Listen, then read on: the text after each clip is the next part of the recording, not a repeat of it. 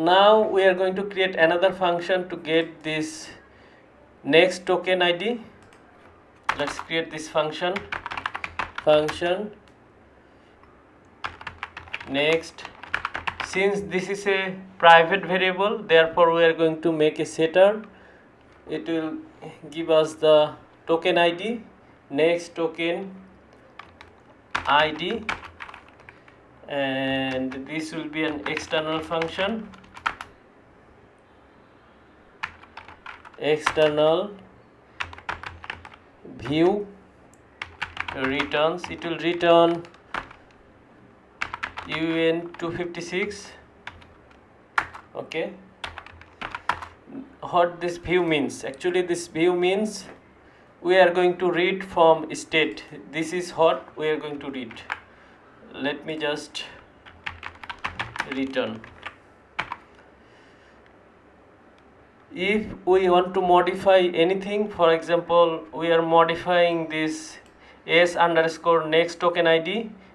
This is a state variable. If we are modifying state variable, we must not provide this view, since we are not modifying anything but reading this state variable. Therefore we need to provide view. If you just write pure, then this will be incorrect, because with pure function we cannot modify or read any state variable.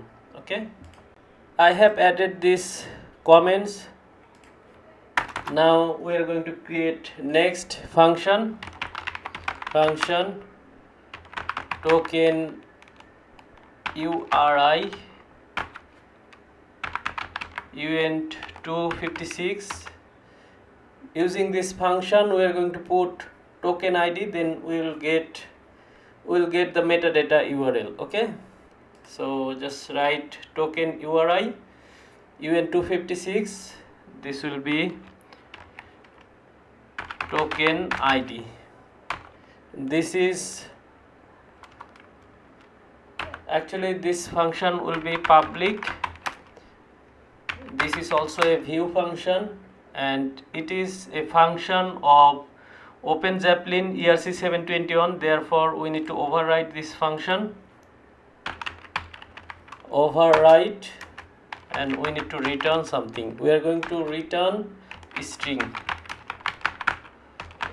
memory. Okay, now we need to check something. We need to check whoever requesting to get the metadata URL, is he the owner of NFT or not. Therefore we are going to use pre-built function, that is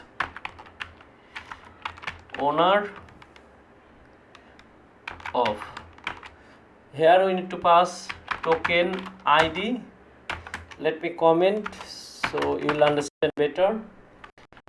This will, if this false, that means the person who are calling this function is not the owner, then it will revert from here. It will not execute the next line of code. Okay, I think it is showing some kind of error. I guess I need to put this.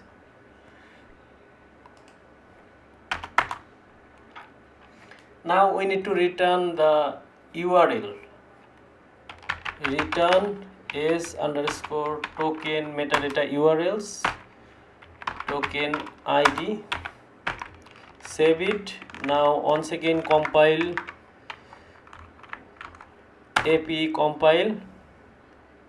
That means everything works as expected.